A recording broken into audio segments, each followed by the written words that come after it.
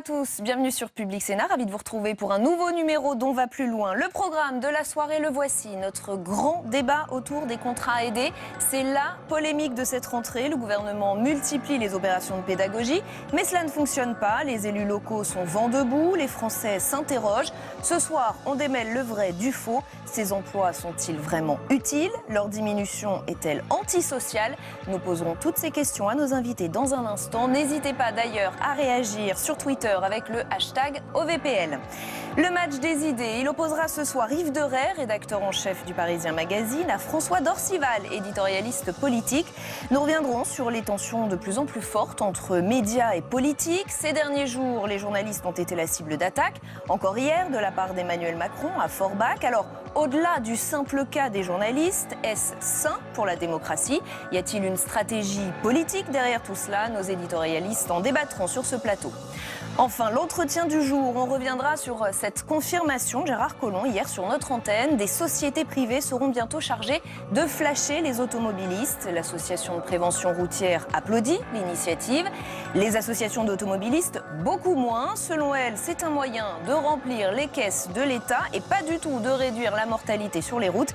Y a-t-il plus globalement une politique anti-voiture ces dernières années en France? On posera la question à Pierre Chasseret, il est délégué général de 40 millions d'automobilistes. Mais d'abord, la question des emplois aidés, un sujet qui divise les politiques depuis des décennies, depuis Raymond Barre dans les années 70, en passant par les TUC, les travaux d'utilité collective, les contrats emploi-solidarité ou encore les emplois jeunes. Tous les gouvernements ont voulu créer leurs propres contrats. On verra dans un instant si leur utilité est plus politique que sociale. Avant cela, un petit rappel historique avec Héloïse Grégoire. Jugés inefficaces, les contrats aidés sont dans le viseur du gouvernement, mettant fin ainsi au traitement social du chômage, expression utilisée pour la première fois en 1977 par Raymond Barre. Depuis 30 ans, ces contrats se sont développés sous différentes formes avec un seul objectif, enrayer le chômage, notamment celui des jeunes. Depuis, les gouvernements de gauche comme de droite ont eu recours à ce type de contrat. En 1984, Laurent Fabius crée les travaux d'utilité collective, appelés communément les TUC. Des petits boulots de 20 heures par semaine, payés moins d'un demi-SMIC.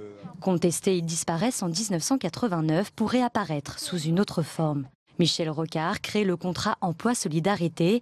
L'État prend en charge l'essentiel de la rémunération du salarié, une première. En 1997, Martine Aubry, alors ministre de l'Emploi, dévoile un nouveau contrat jeune avec la création de 350 000 emplois financés par des fonds publics.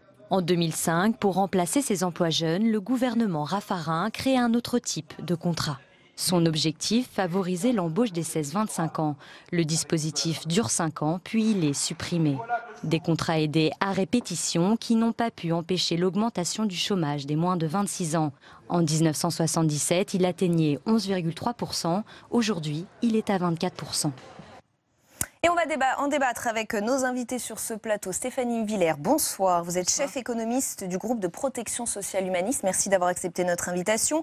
Paul Vannier, vous êtes secrétaire national du Parti de gauche, porte-parole éducation de Jean-Luc Mélenchon. Et puis par ailleurs, professeur d'histoire-géographie, si je ne me trompe pas, dans un lycée de Seine-Saint-Denis. Raphaël Legendre, vous êtes journaliste à l'Opinion. Bonsoir à vous également. Et Wilfried Schwartz, maire d'Hivergauche de Riche, c'est en Indre-et-Loire. La Riche. La Riche. Référent travail de l'association des maires de France. Merci d'avoir accepté notre invitation. Je vais commencer par une question volontairement provocante.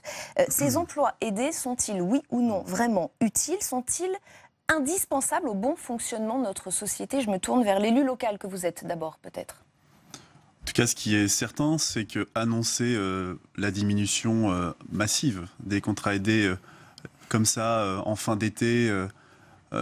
c'est très compliqué à gérer pour... On reviendra sur la méthode dans un instant. J'aimerais d'abord que vous répondiez à cette question. Est-ce que ces emplois aidés sont utiles? Les Français s'interrogent. Ben évidemment, ils sont utiles. C'est très compliqué parce que d'annoncer des suppressions comme cela, parce qu'ils sont utiles pour accompagner les élèves sur les temps périscolaires. Ils sont utiles sur des postes d'ATSEM dans les écoles maternelles, évidemment. Donc déjà, ils sont utiles pour la société parce qu'ils contribuent à des missions de service public. Vous les utilisez dans votre commune? Bien sûr. J'aurai l'occasion sans doute d'y revenir, mais notamment, je le disais à l'instant, pour les écoles maternelles ou dans la maison de l'enfance. Et ensuite, ils sont utiles évidemment pour les personnes qui en bénéficient. Parce que les contrats aidés, ça sert à quoi? Ça sert à remettre dans l'emploi les personnes qui sont souvent les plus éloignées du travail, et aussi les jeunes qui sont sans qualification. Donc évidemment qu'ils ont une utilité, c'est en quelque sorte une formation par l'expérience. Stéphanie Villers, une utilité sociale, une utilité économique ? Il y a une utilité sociale évidente, économique moins, parce qu'on a bien vu que malgré ces emplois aidés, il n'y a pas eu une inversion de la courbe du chômage. Ensuite, je pense qu'il faut rationaliser, en fait, pas totalement les supprimer, parce qu'effectivement, ça permet à des gens qui sont exclus du marché du travail de petit à petit tenter d'y revenir.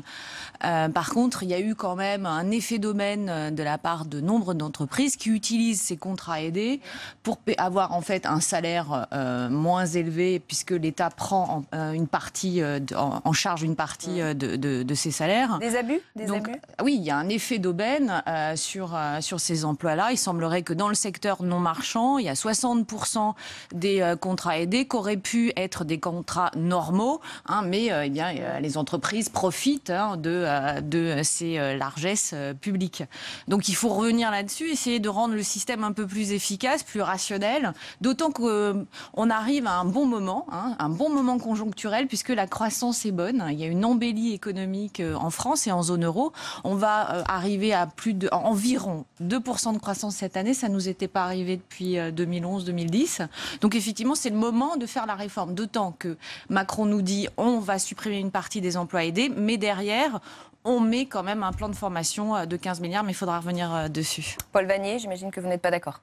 Mais moi, je les crois tout à fait utiles, ces emplois aidés. Regardez dans quelle situation sont placés des acteurs au moment où le gouvernement, dans la précipitation, avec beaucoup de brutalité, a supprimé 150 000 de ces contrats aidés. Regardez les Restos du Cœur de Grenoble qui sont dans l'incapacité de servir des repas puisque des moyens leur ont été retirés. Regardez le service public qui est paralysé dans certains départements en cette rentrée scolaire.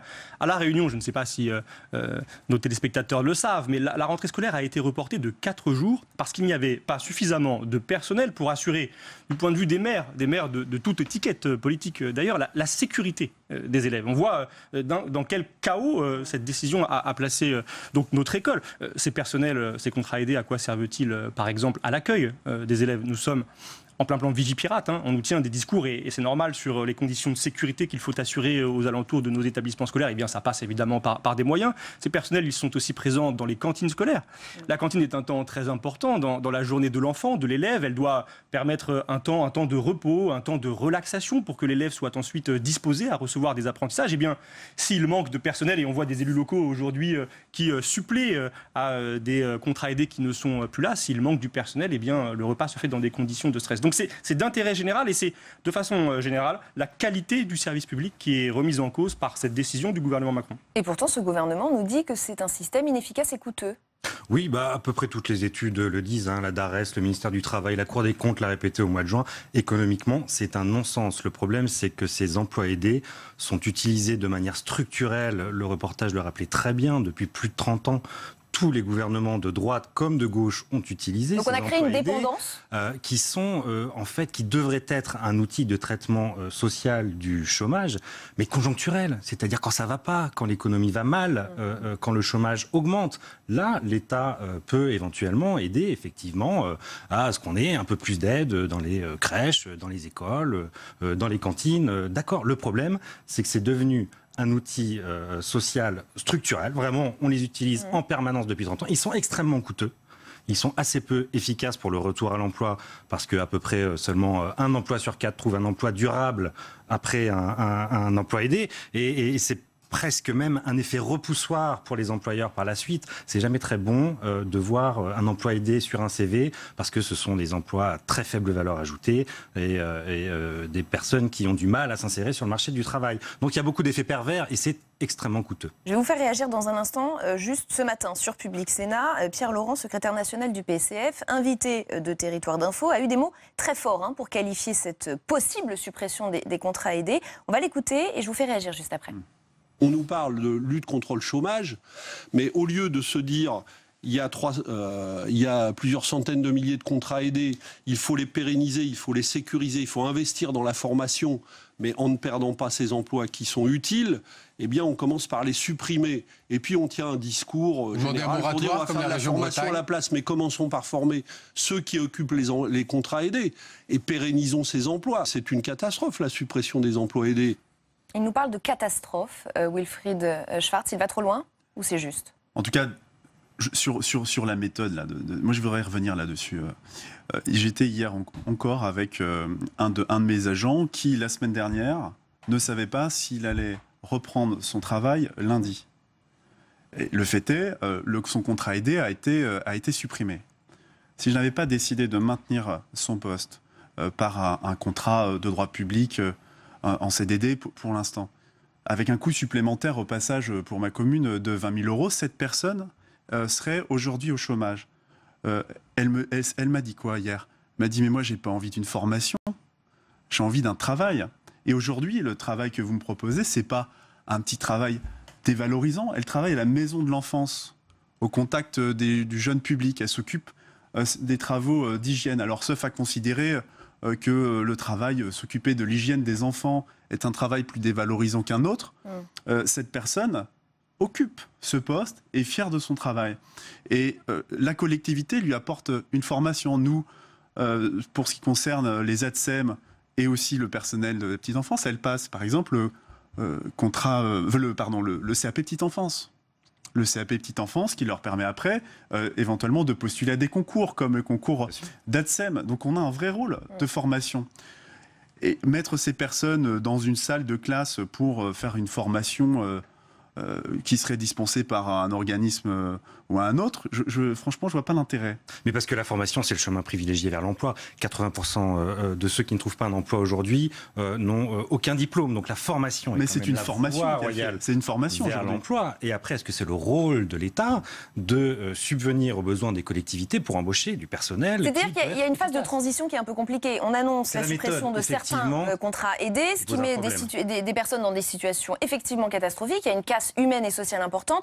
Et on propose de la formation. Mais la formation, c'est sur le long terme. Que fait-on de ces gens qui se retrouvent sans activité aujourd'hui à l'issue de cette mesure? C'est un peu tartuffe cette histoire. Moi, je suis un petit peu surpris d'entendre les collectivités locales crier au loup en dénonçant la brutalité de la méthode de l'État. Dans la loi de finances pour 2017, la dernière loi de finances, il était inscrit clairement que le nombre d'emplois aidés allait passer de 460 000 à 280 000. Vous voulez dire que c'était annoncé? C'était inscrit dans le budget. C'était annoncé. J'ai discuté avec quelques maires qui n'ont pas vu cette baisse. Ça n'a pas été claironné haut et fort par l'État non plus, par l'ancien gouvernement, il faut le dire très clairement. L'ancien gouvernement qui, l'année dernière en plus, avait énormément poussé les collectivités locales, on pourrait avoir le témoignage d'un maire, à embaucher un maximum d'emplois aidés pour faire baisser de manière un peu cosmétique le chômage avant les élections présidentielles, bien évidemment. Donc il y a une part de responsabilité de l'État qui n'a peut-être pas assez prévenu les maires et le bloc communal que le nombre d'emplois aidés allait ou les élus locaux qui n'ont pas voulu l'entendre. Cette année, les élus locaux auraient peut-être eux-mêmes dû regarder d'un peu plus près la loi de finances parce que ce chiffre, il est décidé chaque année. Donc ils auraient pu voir que la baisse allait être assez drastique cette année, effectivement. Et donc moi je suis un peu surpris qu'on parle de brutalité dans la suppression des postes parce que, en l'occurrence, je ne me fais pas le porte-parole du gouvernement, mais on va passer de 280 000 à 320 000. Donc en fait, le gouvernement Macron, il prévoit 40 000 emplois aidés supplémentaires cette année. On va passer d'un coût de 2,4 milliards d'euros prévus à l'origine à environ 3 milliards d'euros cette année. Donc on ne coupe pas, c'est pas le gouvernement Macron qui coupe, il rallonge 600 millions d'euros dans l'enveloppe budgétaire. Il pourrait faire le choix de les renouveler tous, ces contrats aidés. Il y en avait 400. Mais on pourrait les multiplier par deux aussi, et mettre 6 milliards d'euros. Mais d'abord les conserver. Il y en avait 460 000 de ces contrats aidés. On est à 150 000 suppressions au total cette année et 100 000 l'année prochaine. Oui, brutalité. Parce que cette mesure, elle s'ajoute à d'autres. La baisse de 13 milliards d'euros sur 5 ans des dotations faites aux collectivités locales qui placent les communes notamment dans une situation d'asphyxie financière.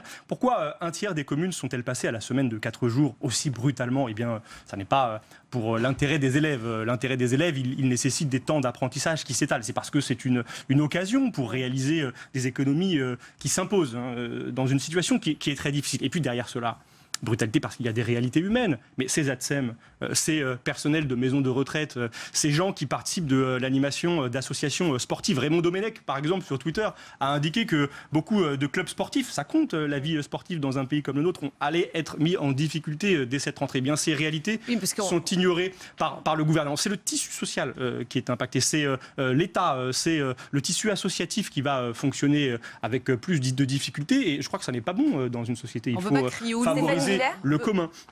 On crie au loup tout le temps. À partir du moment où on connaît en fait le plan de Macron, c'est une réduction des dépenses publiques. Il ne l'a pas annoncé pendant sa campagne présidentielle, cette décision. Alors, il y avait de toute manière, ce qu'il a annoncé, c'est qu'il allait réduire les dépenses publiques. Donc, réduire les dépenses publiques... Ça veut dire que les élus locaux auraient dû s'y attendre un peu, il y a différents types de postes. C'est où il nous aurait annoncé, on augmente les impôts, et alors à ce moment-là, toutes les dépenses publiques auraient pu être des postes de dépenses publiques sereins. Et c'est parce que, mais là, pour le coup, il n'y avait pas de hausse d'impôts. Donc, il faut bien, effectivement, pour arriver à ce critère de Maastricht à 3%, il faut bien aller grappiller, c'est un peu ça, les grappiller à droite à gauche. Et puis les emplois aidés, c'est pas uniquement des emplois dans des écoles et dans des lycées ou des choses comme ça. C'est la moitié, c'est dans le secteur non marchand et la moitié, c'est dans le secteur marchand. C'est-à-dire que tout le monde va devoir faire un effort. Pour le coup, il n'y a pas uniquement la fonction publique qui va être spécifiquement les maires. Voilà, il y a un effort collectif qui est demandé. Alors, moi, je pense que la suppression totale n'a pas de sens. D'ailleurs, c'est pas remis en cause. On parle de diminution. On va le supprimer l'année prochaine. La moyenne historique est 300 000 ces 10 dernières années. On est à 320 000 cette année. C'est pas une coupe drastique. Wilfried Schwartz, j'aimerais que vous répondiez à cette question puisque vous êtes maire. On sous-entend ici que les maires ont été un peu dans une dépendance vis-à-vis de ces contrats aidés, qu'ils ont même été un peu dans le déni, qu'ils n'ont pas vu la chose arriver, alors que c'était évident. Que répondez-vous à cela ? Oui, j'ai bien compris qu'il y a une tentative assez générale de faire porter la responsabilité, même d'ailleurs des dépenses publiques en règle générale, et même celle de l'État sur les maires. Un chiffre alors du coup, puisque pour être concret, moi j'ai simplement 7,5% de mon personnel qui sont en situation de contrat aidé. Donc je veux dire, on n'est pas dans des situations d'effet d'aubaine. Et puis, il y a un discours où globalement, on nous demande de réduire nos dépenses. On l'a déjà fait de façon importante lors du dernier quinquennat. Donc évidemment, les maires ont aussi cherché des solutions pour pouvoir maintenir un niveau de service public avec des contrats qui forcément bénéficiaient d'une aide de l'État. Alors, si on peut appeler ça effet d'aubaine, je pense qu'on a surtout participé à la formation par l'expérience de tous ces agents recrutés. Et sur la méthode, mais on est responsable de tout, visiblement on aurait dû le voir, bien sûr, donc les maires vont être sur la défensive, mais j'ai assisté ici même à la conférence nationale des territoires, où le président de la République nous a annoncé qu'il n'y aurait pas de baisse des dotations en 2018. Ce qu'on n'avait pas vu, c'est qu'il y en aurait une tout de suite en 2017, 3 jours après, avec l'annonce de 300 millions en moins de dotations.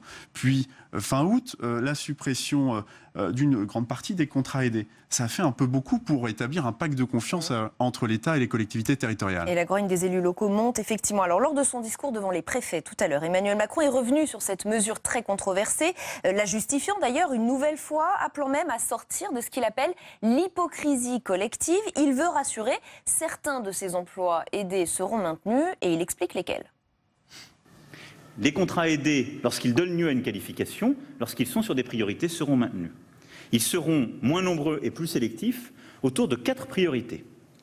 2 priorités thématiques, l'éducation nationale pour l'accompagnement des élèves en situation de handicap et l'urgence sanitaire et sociale, et 2 priorités territoriales, l'outre-mer et les communes rurales. Cette évolution des contrats ne sera possible que si vous prenez les choses en main au plan local.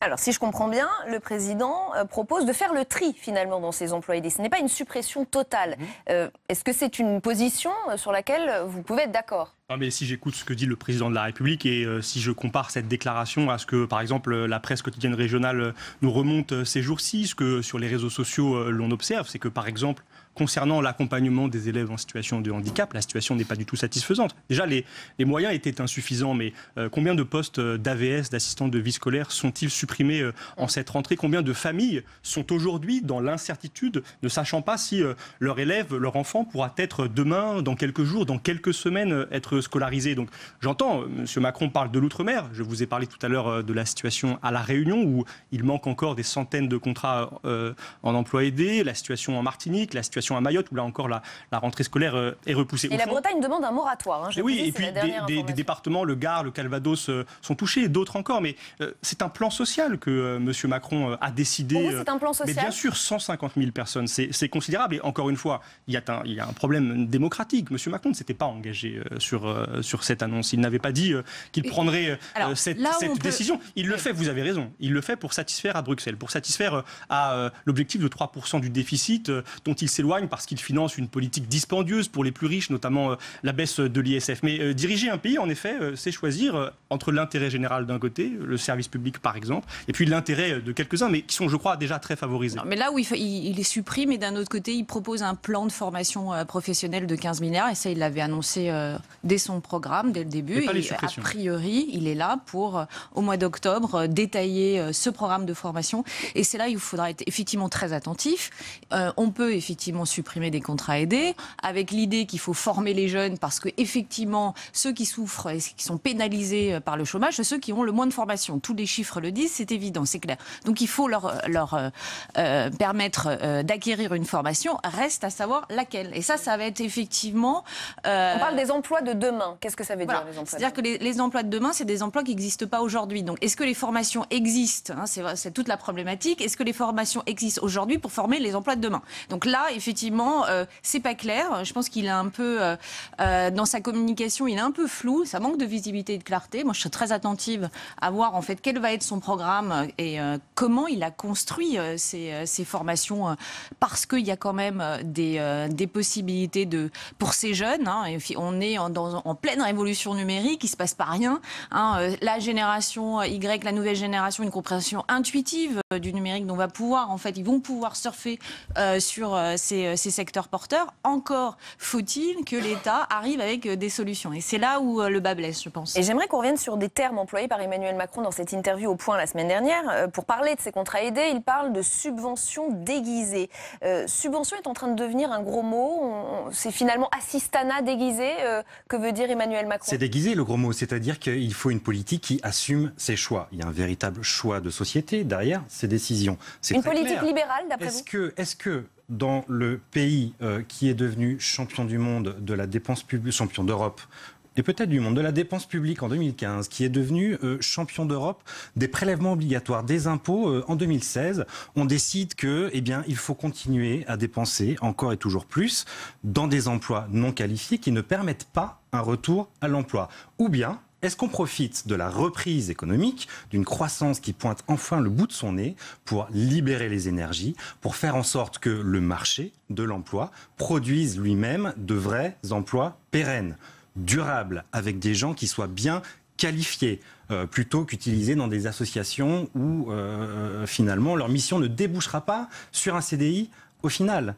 Il faut aussi que les formations soient de vraies formations, parce qu'aussi, dans ces cas-là, ça ne servira à rien. Wilfried Schwartz. En tout cas, ces emplois aidés, on ne peut pas dire aujourd'hui qu'ils ne débouchent sur rien. 41 sur 4. 41% des personnes qui ont bénéficié d'un contrat aidé, au bout de 6 mois, elles sont en situation d'emploi. Pas toutes en situation d'emploi. Du ministère, c'est 26% des contrats aidés qui trouvent Non, je prends exactement les mêmes chiffres que vous. Et il y a un article du mois d'août d'Alternative économique qui le reprécise. Il y a 26% là, dans les 41 qui sont des emplois pérennes, c'est-à-dire des CDD, des contrats de plus de 6 mois, CDD ou CDI en tout cas de plus de 6 mois. Et le reste du pourcentage, ce sont des emplois qui ne sont pas pérennes, c'est-à-dire des missions d'intérim, mais qui sont en tout cas des situations d'emploi qui peuvent permettre de déboucher sur autre chose. Donc les chiffres, il faut les regarder aussi avec une attention toute particulière.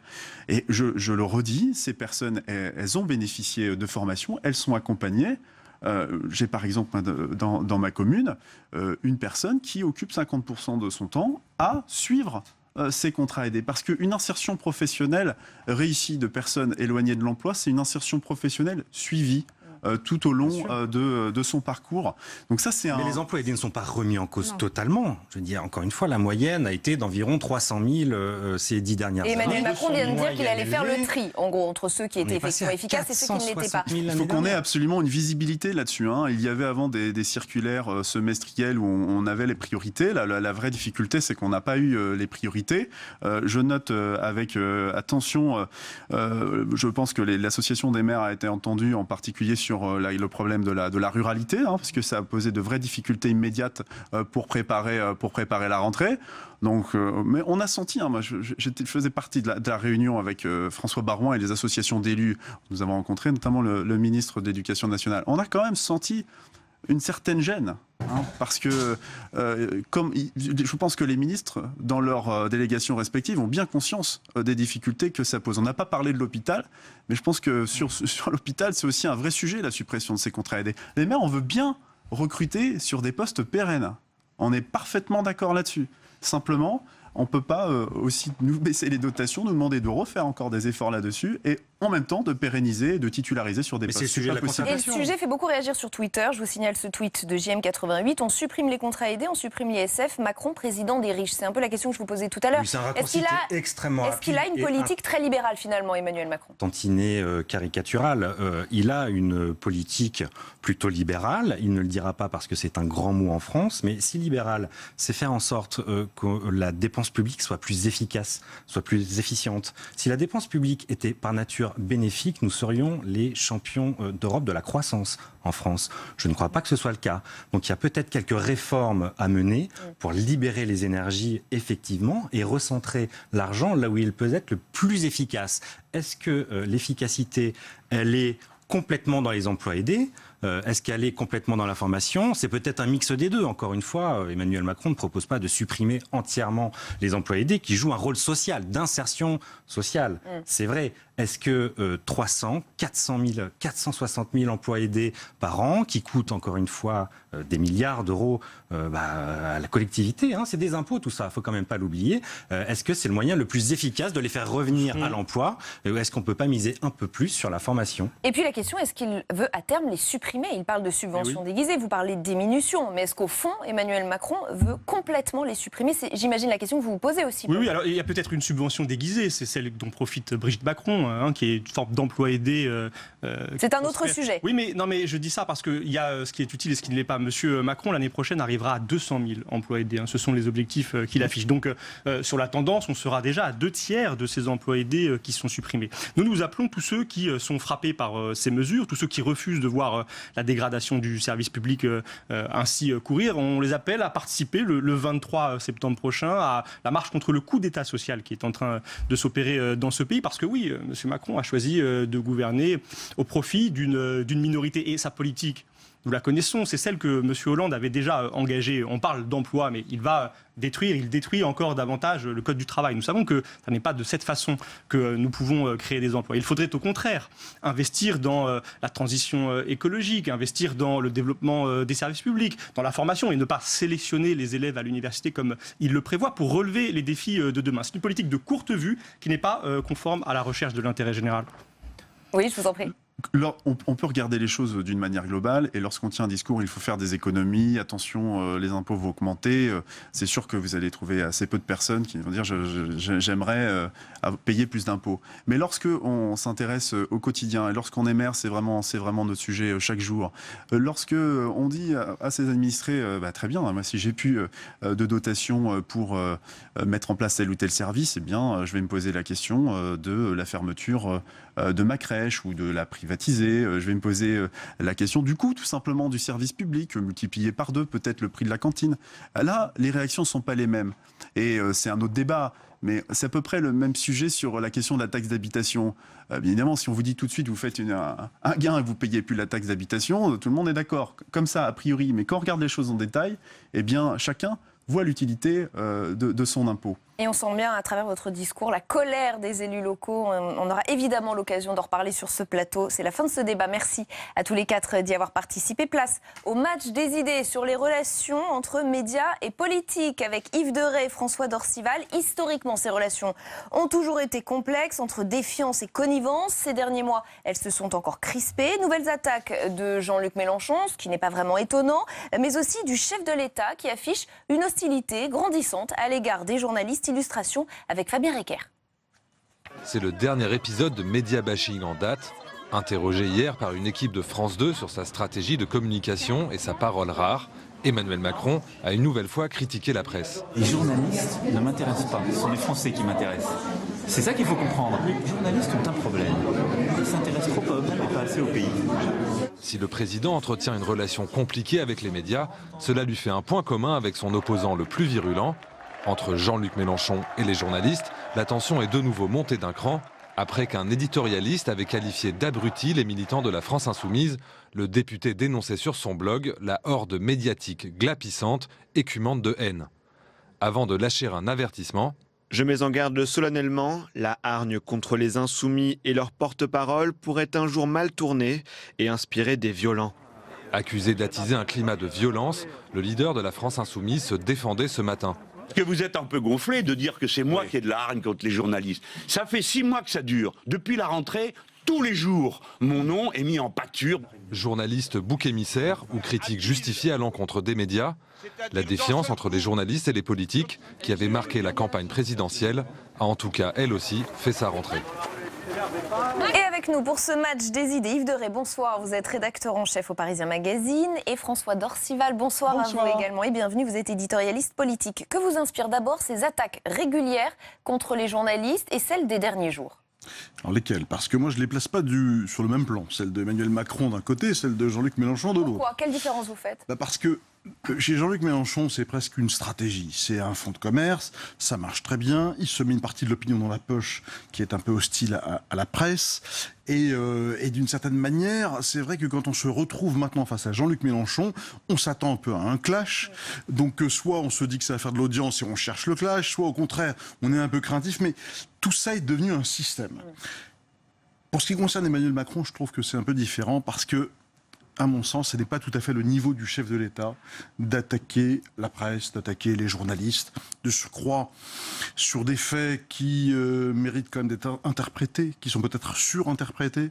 Donc, vous pensez qu'il reçoit une vraie hostilité, que ce n'est pas un jeu ? Je ressens plutôt une faute, là. Moi, du côté de Macron, je trouve que c'est une erreur. Et une vraie hostilité de sa part envers les journalistes ? Sincère ? Envers certains journalistes, en tout cas. Il a dénoncé les connivences entre certains groupes industriels, notamment dans l'armement, et une certaine presse, sans donner les noms des uns et des autres.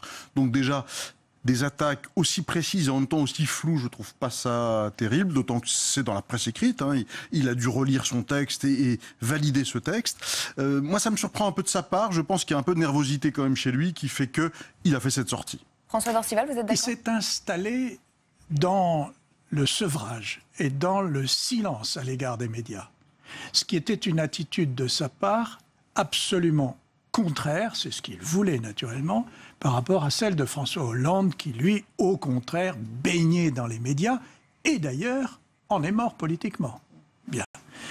Mais une fois qu'on a dit ça, on constate aujourd'hui qu'Emmanuel Macron, après 3 mois, 4 mois de sevrage, est obligé lui-même de plonger. De plonger. Et donc, il fait le job personnellement, et puis il invite un certain nombre de ses ministres, ceux qui se défendent le mieux devant les médias, à y aller. Il s'est défendu comment ? Par une très longue, très intense, très dense interview à nos confrères du Point. Je crois qu'il les a reçus pendant plus de 2 heures. Donc il l'a fait avec un objectif qui était de s'adresser à qui ? Pas à l'opinion en général, ça, il avait à le faire le 14 juillet, il n'a pas voulu le faire. Mais à l'opinion de la classe médiatico-politique parisienne, des cadres dirigeants, aux leaders d'opinion. Et s'il a fait ainsi, c'est évidemment pour marquer l'autorité qui est la sienne. Il n'empêche que la démonstration est faite qu'il a pris ses distances avec les médias, mais qu'aujourd'hui, il est obligé de se remettre entre leurs mains. Alors plus que de la distance, c'est quand même de l'hostilité. Je rappelle les termes qu'il a employés devant les journalistes de complément d'enquête, donc à Forbach hier matin. Les journalistes ne m'intéressent pas, ce sont les Français qui m'intéressent.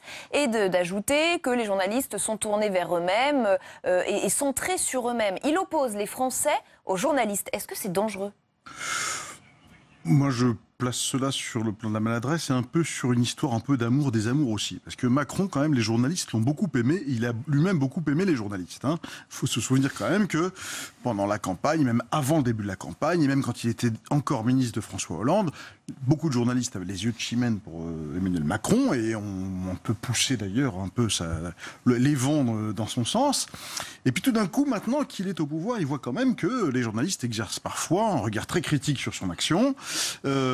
Et parfois ce sont les mêmes d'ailleurs, et ils se demandent un petit peu ce qui se passe. Et comment peut-il être surpris ? Comment découvrir la presse à son niveau ? Je vous dis, j'ai l'impression qu'il n'est pas surpris, mais qu'il en est un peu triste, qu'il le vit assez mal. Et alors la maladresse, à mon avis, ultime dans tout ça, c'est quand même, à mon avis, de prendre un ancien journaliste pour devenir son porte-parole. Parce que là, s'il pense que c'est en prenant un ancien journaliste qu'il va réussir à rentrer dans la tête des journalistes pour mieux les comprendre et mieux les circonvenir, il se trompe complètement. Ça ne marche jamais très bien, ce procédé-là. Je pense qu'il vaut mieux prendre des professionnels de la communication pour la communication et des bons journalistes pour faire de la presse. Donc là, je trouve que dans son rapport à la communication, lui qui semblait assez habile et assez expert, il la faut sur toute la ligne. Il y a une forme de fébrilité. Oui, bien sûr. Mais bien sûr. Cela dit, le procès de la presse est aussi vieux que l'existence de la presse. Aussi vieux. Pourquoi s'est-il à ce point intensifié en ce moment ? D'abord, vous l'avez très très bien résumé, à cause de Jean-Luc Mélenchon, qui est une star du spectacle médiatique. Donc là, il y a une contradiction au cœur même de Mélenchon, qui utilise magnifiquement les médias et qui naturellement se plaint d'eux. Mais aussi du président de la République. Et évidemment, tout cela concourt à rendre le sujet plus complexe.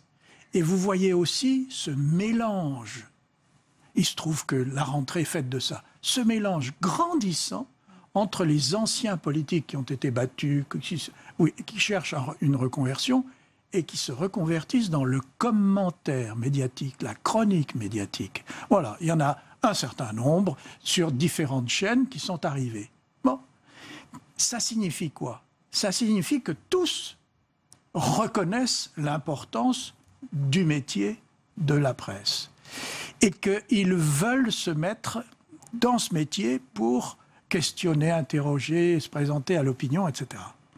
Mais est-ce qu'ils seront capables d'être à leur tour de bons chroniqueurs, de bons journalistes? C'est là où ils vont être jugés. Parce que, en définitive, c'est le public qui juge. Ce ne sont pas les médias. C'est le public qui, à la fin, dit oui ou non. Et encore d'un mot, le cas de la France Insoumise, qui a tout de même organisé un atelier au moment de ses universités d'été à Marseille, un atelier intitulé, écoutez bien, les médias doivent-ils dégager ? C'était la question posée dans cet atelier. Est-ce que ça ne va pas trop loin ? Non, mais ça va très très loin, parce que c'était quand même le dégagisme comme ça, c'était quand même un peu le slogan des printemps arabes aussi, contre des dictateurs. Donc, assimiler quand même d'une certaine manière, peu ou prou, la presse à la dictature, c'est quand même extrêmement... Il y a une ligne rouge qui est franchie.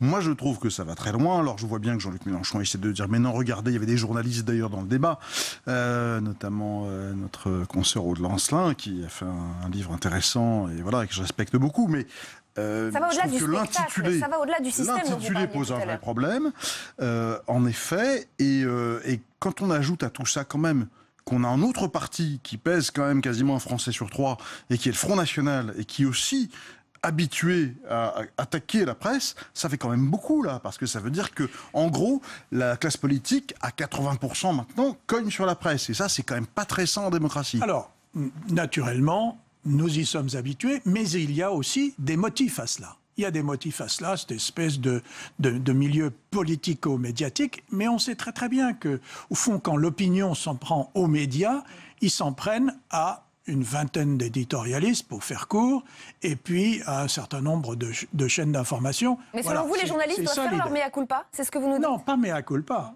On fait notre métier. Mais il faut savoir que toutes les critiques ne sont pas infondées.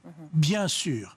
Bien sûr. Mais moi, je trouve qu'il y a quelque chose de plus grave quand même dans cette situation. Oui, sincèrement, je suis parce que auparavant, quand même, c'était surtout l'apanage du Front National, ce type d'attaque. Et on avait, en revanche, dans d'autres partis, des gens qui disaient attention, on ne touche pas à la presse. Oui, mais là, c'est pas la droite qui a eu l'impression aussi de subir les foudres de la presse pendant l'affaire François Fillon, qui va défendre la presse. Donc je vois pas très bien qu'aujourd'hui, j'entends personne dans la presse politique défendre. Et respecte les médias. Tout le monde attaque, personne. Le mot-clé que vous avez employé, qui faisait le titre de cet atelier, c'était dégager. Le dégagisme, il n'est pas réservé aux médias. Il a commencé par les politiques. Voilà. Et les politiques, aujourd'hui, ils se disent, mais après tout, on est très, très capable de commenter nous-mêmes ce que nous faisons et de dire enfin la vérité, etc. On ne va pas passer à travers les médias. Donc, cette histoire est en effet le procès du mélange des genres. Eh bien, nous, journalistes, nous avons comme responsabilité de ne pas l'accepter, de ne pas l'admettre. Alors, autre sujet que je voudrais aborder avec vous sur ce plateau, c'est la prochaine échéance électorale qui s'annonce d'ailleurs très intéressante, les sénatoriales le 24 septembre prochain.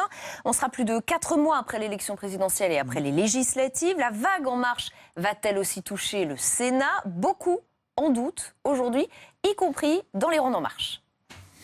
François Patriat, qui est le président du groupe La République En Marche à l'Assemblée, parle d'une dizaine de gains possibles de postes. Mais vous savez, l'électorat qui vote pour les élections sénatoriales, c'est un électorat qui a été choisi, élu, à un moment où La République En Marche n'existait pas. Donc nous ne pensons pas qu'il y aura un raz-de-marée en faveur de La République En Marche au Sénat. Et je ne pense pas qu'il y ait de révolution de palais au Palais du Luxembourg. Alors, on sent tout de même que les ambitions ont été revues à la baisse. Hein. On parlait d'une soixantaine de sénateurs il y a encore quelques semaines. Aujourd'hui, plus que 10. C'est de la lucidité. Non, 10 de plus. Une dizaine de plus. 10 de plus du groupe qu'ils ont constitué. Non, là, je crois qu'effectivement, Christophe Castaner est tout à fait réaliste par rapport aux espoirs qui étaient les leurs. Mais il y a des motifs à ça. Bien sûr, ce n'est pas le corps électoral des élections législatives. Mais il est fait de qui ? Il est fait d'élus. Il est fait d'élus locaux, territoriaux, etc. On ne peut pas dire que de ce point de vue, et votre débat précédent l'illustrait très bien, que de ce point de vue, Emmanuel Macron les ait, caressés dans le sens du poil ou les ait ménagés. Au contraire, avec toutes sortes de décisions et surtout des indications faites au moment de la conférence des territoires qui étaient très sévères à l'égard des collectivités territoriales. C'est de la maladresse de la part d'Emmanuel Macron ou il sous-estime le poids des élus locaux, évidemment? Oh non, ça je crois quand même qu'il sait à peu près comment tout ça fonctionne, il savait à peu près où il allait. De toute façon, les ambitions au Sénat n'étaient pas immenses. Il aurait pu, là ils vont en garder une vingtaine, plus 10, ils vont avoir un groupe d'une quarantaine, une quarantaine d'élus, il aurait pu en avoir 60, mais de toute façon, il ne renversait pas la majorité. Gérard Larcher va rester président, a priori, du Sénat. Et d'ailleurs, il fait très attention à ses relations avec Emmanuel Macron, Gérard Larcher. Il est très prudent. Donc, en fait, l'enjeu pour Emmanuel Macron, c'est quoi? C'est plus que cette élection, au-delà de cette élection au Sénat.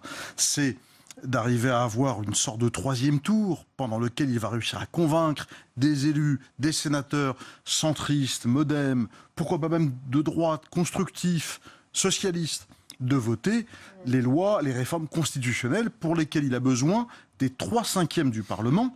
Le Parlement, je vous rappelle que c'est donc l'addition du Sénat et de l'Assemblée. Donc c'est là qu'est le grand enjeu pour Emmanuel Macron et je pense que de ce point de vue-là, le travail a déjà commencé.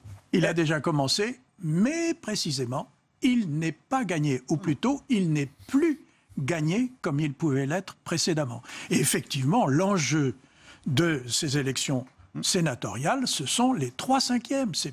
Il savait très bien qu'il n'aurait pas la majorité au Sénat, oui, mais il pouvait espérer avoir un groupe qui passe d'ailleurs devant celui du Parti socialiste. Car il va y avoir un groupe, je dirais, subsistant de socialistes, ce sera au Sénat, plus grand qu'à l'Assemblée, et peut-être que ce groupe-là sera plus important que le groupe En Marche. C'est quasi mathématique, parce que pour l'instant, la République En Marche n'a pas de maillage territorial d'élus, donc ne peut pas prétendre de surcroît lors de renouvellement pour moitié du Sénat. Tout ça ne se disait pas au mois de juin. Mais il faut être réaliste aujourd'hui et la situation a changé. Est-ce qu'à ce moment-là, on pourra parler d'un premier revers électoral pour Emmanuel Macron? Et si oui, sur le plan médiatique, quelles conséquences? Bien sûr que les sénatoriales sont un scrutin un peu particulier et très confidentiel et très éloigné des Français, mais sur le plan médiatique, ça peut avoir un impact, un échec? Non, c'est sur le plan de l'opinion. Le commentaire des médias, il sera celui du résultat. Mais qu'est-ce qui se passera sur l'opinion?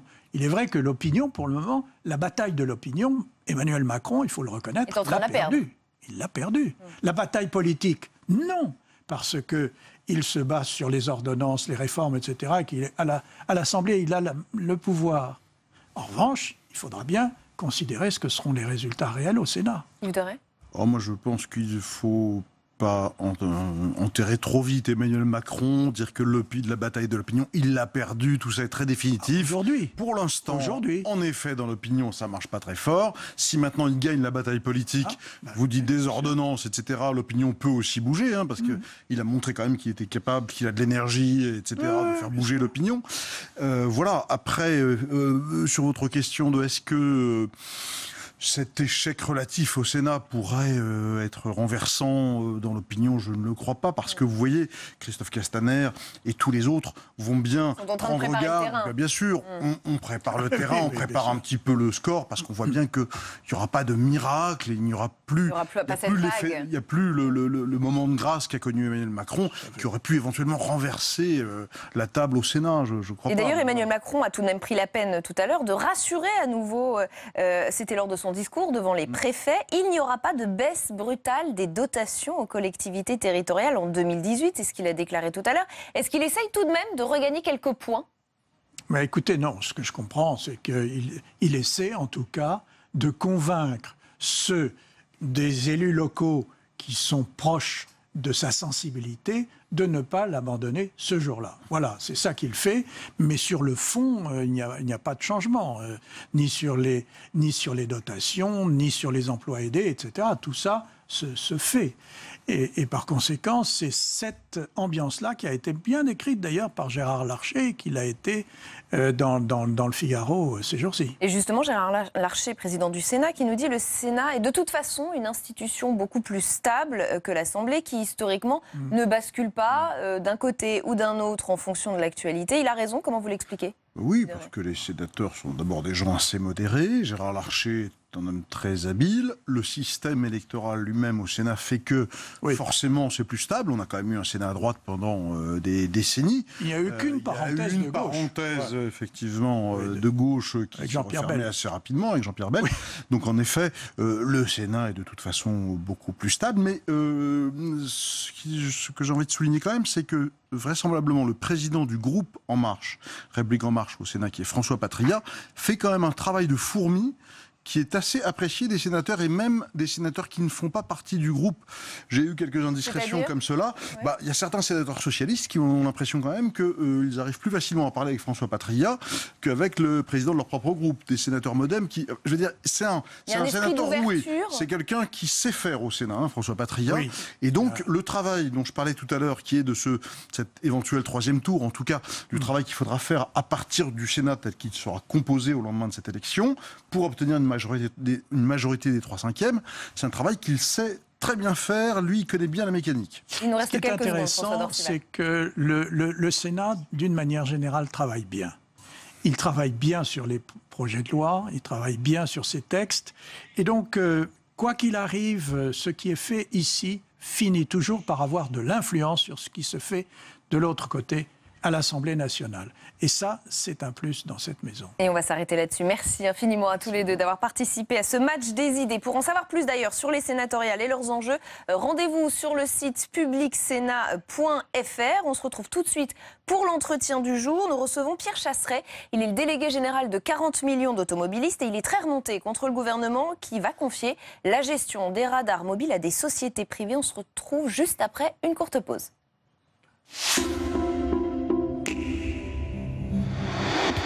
Jeudi, dans l'épreuve de vérité, Didier Guillaume sera l'invité de Michel Grossior.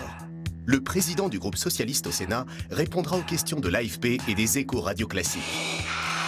L'épreuve de vérité, jeudi à 18h en direct sur Public Sénat. On s'est lancé dans cette aventure.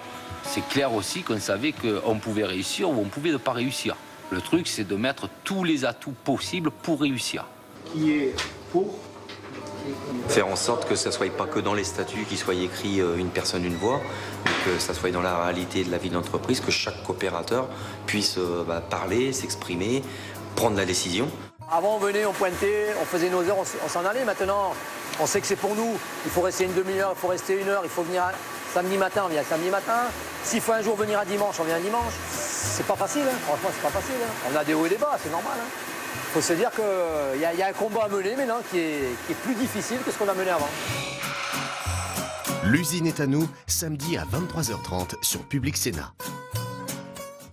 Rendez-vous le 24 septembre pour les élections sénatoriales. 75 000 grands électeurs sont appelés aux urnes pour renouveler 170 parlementaires dans 44 départements. 9 heures de direct depuis le Sénat et en région. Les résultats minute par minute, de nombreux invités et des experts. La rédaction se mobilise pour vous faire vivre cet événement majeur de l'automne. On se retrouve le 24 septembre sur Public Sénat.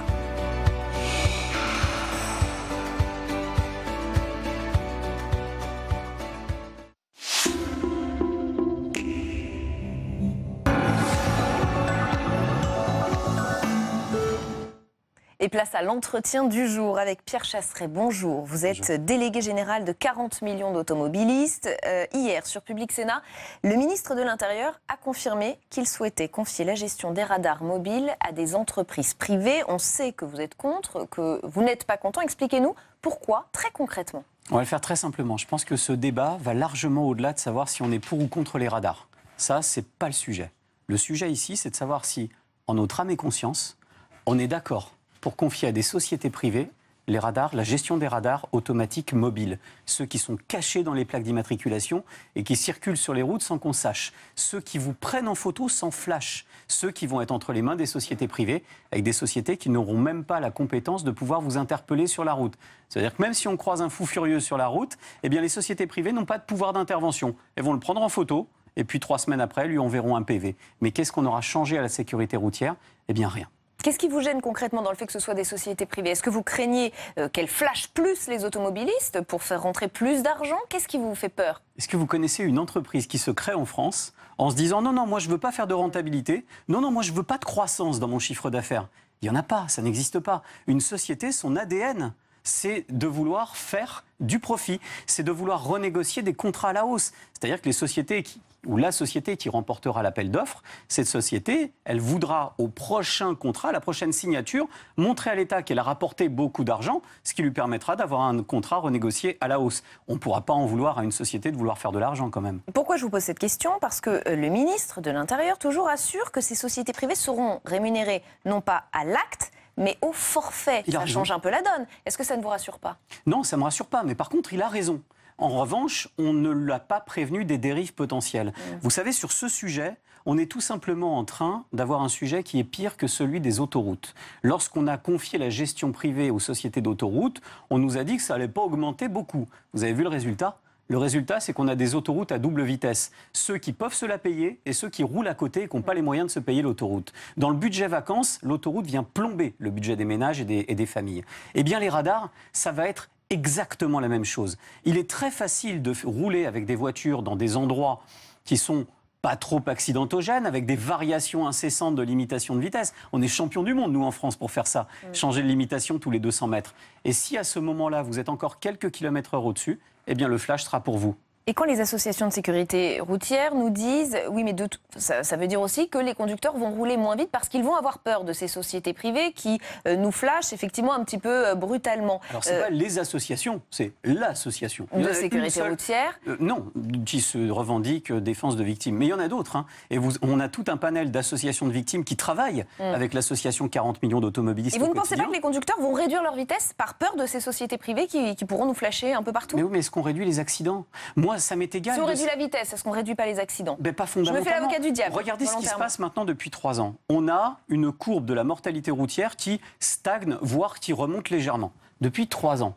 Et on ajoute des radars sans cesse. Ces radars cachés dans les plaques d'immatriculation, ils ne sont pas nouveaux. Hein. Ils sont annoncés sur les routes depuis 2013. Mais ils seront plus nombreux avec des sociétés privées. Vous le dites vous-même, ils vont essayer de faire du chiffre, ils vont flasher plus souvent. Quel est l'intérêt pédagogique d'envoyer un PV à quelqu'un 3 semaines après dans sa boîte aux lettres, alors que sur la route, je vous le rappelle, on vous prend en photo, il n'y a pas de flash, vous ne voyez rien, vous ne changez rien. Pas de pédagogie, mais quand on touche au portefeuille, on sait bien que ça concerne les Français. Je sais pas, moi sur ce que je vois ces précédentes années, je m'aperçois que la France se glorifie d'avoir eu des chiffres de sécurité routière positifs au moment des radars. Je vais vous en annoncer une belle. La France est le 14e pays européen de la sécurité routière, à peu près dans ces eaux-là. On a peut-être varié d'une place ou deux. L'Angleterre est top 3, et encore ils étaient numéro 1 il y a très peu de temps. Vous savez ce qui se passe en Angleterre ? On a désactivé près de 60% des radars automatiques sur le territoire. Et ça ne les a pas empêchés de faire mieux.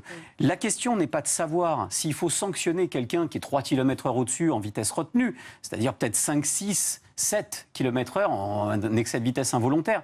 La question est de savoir si en France on continue à flasher 26 millions de fois par an. 26 millions. On est les recordman du flash. Ça, on y arrive. Et on n'est pas sans effet réel sur la sécurité routière. Aucun. Parce que sur les justes causes de sécurité routière qui sont populaires, c'est un appel au président de la République que je lance ici à Emmanuel Macron. Il joue sur sa cote de popularité. On n'a jamais eu un président de la République aussi attentif à sa notoriété et à son aura politique. Mais qu'il regarde un peu l'opinion publique. Lorsque vous avez près de 100% des Français qui sont opposés à une mesure, on n'a pas 100% d'abrutis en France, hein. Ça veut quand même dire qu'il faut revoir la copie. Donc non, on ne pliera pas. Et oui, les radars ne seront pas confiés à des sociétés privées. Pour l'instant, regardez, l'expérimentation a été repoussée. On tient le bon bout. Il faut continuer et faire entendre au ministre de l'Intérieur qu'il a sans doute été mal influencé, mal conseillé. Et puis, peut-être qu'il y a d'autres solutions de sécurité routière beaucoup plus efficaces. En tout cas, j'en suis convaincu. Gérard Collomb qui a avancé un autre argument auquel vous allez peut-être être sensible, c'est la possibilité avec ce système d'alléger aussi le travail des agents de police et de leur permettre de se concentrer sur la sécurité du pays. Cette fois, on l'écoute et on en parle juste après. Ils devraient se réjouir parce que ça veut dire autant de policiers qui seront demain devant chez eux pour les protéger. Qu'est-ce que nous faisons en fait? C'est une expérimentation que nous allons d'abord réaliser dans un département, la Normandie, puis que nous allons étendre. Effectivement, on n'aura plus de policiers, mais nous avons pris comme précaution que ce n'était pas au nombre de PV que la société était rémunérée, mais il y avait un forfait qui était fixé d'avance. Donc c'est le montant du forfait. Quel sera le montant du forfait, c'est ça? Poussé pour qu'effectivement on mette le plus d'amendes possible. Pierre Chasseret, ça vous parle cet argument d'alléger les forces de police? Non, parce que sur le forfait, on va passer, on l'a déjà fait. Moi, l'entreprise qui ne gagne pas d'argent, j'y crois pas. Mais alors, si je résume, ces voitures tournaient en gros 1h30 par jour, avec des policiers ou des gendarmes à l'intérieur, un de chaque. Ok, 1h30 par jour, 350 policiers. Vous croyez sincèrement qu'on va changer la face de la sécurité de la France en récupérant 350 policiers 1 heure par jour? Je pense pas. D'autant plus que, moi, il y a juste un truc qui me gêne. Quand on y réfléchit, on nous dit on va soulager le travail des forces de l'ordre, dont il faut externaliser vers des sociétés privées. Il y a un truc qui colle pas, là. Non, on aurait pu le confier aussi à des fonctionnaires de la République, tout simplement. Pourquoi le confier à des sociétés privées? Ça n'a pas de sens. C'est bien la preuve qu'on va aller chercher la rentabilité. Vous savez, quand vous montez une entreprise, on vous parle de rentabilité, accroissement du chiffre d'affaires, croissance. Ça, c'est du vocabulaire d'entreprise, pas la fonction publique. Donc si on avait voulu jouer franc jeu et transparence, pourquoi pas soulager le travail des forces de l'ordre et mettre juste des fonctionnaires de la République. Encore faut-il que cette méthode de radar avec des radars cachés dans les plaques d'immatriculation soit judicieuse sur le territoire. J'en suis pas intimement convaincu. Est-ce que globalement, on a quelques secondes pour terminer, vous diriez que la France mène une politique anti-automobiliste depuis quelques années? Oui, une politique anti-automobiliste sur le côté argent. Et vous savez, on est en train, à force de multiplier les mesures, sur les 2 dernières années, on a eu, accrochez-vous, 81 mesures de sécurité routière en 2 ans. Je ne connais personne, même moi dont c'est le métier, je ne peux pas vous en citer 20. Donc à quoi ça sert de compiler des centaines de mesures alors que personne n'est au courant? Donc quand personne n'est au courant, eh bien, ça ne sert à rien de les prendre. Il vaut mieux quelques justes mesures et puis des beaux messages de prévention, parce que sanctionner quelqu'un, c'est éphémère. Ça dure qu'une fois. Le convaincre, ça dure tout le temps. Pensez à l'alcoolémie au volant, ça veut tout dire. Vous sanctionnez quelqu'un une fois, il n'a pas compris. Vous arrivez à le convaincre que boire et conduire, c'est pas possible, il arrêtera. Merci beaucoup Pierre Chasseret d'avoir été notre invité dans l'entretien. Ce soir, je rappelle que vous êtes délégué général de 40 millions d'automobilistes. Merci infiniment. C'est la fin d'On va plus loin. On se retrouve demain à la même heure sur Public Sénat. Ne manquez pas d'ailleurs demain matin l'invité politique de Territoire d'Info. Il s'agit d'Éric Woerth, député LR de l'Oise. En attendant, passez une très belle soirée et restez au cœur du débat.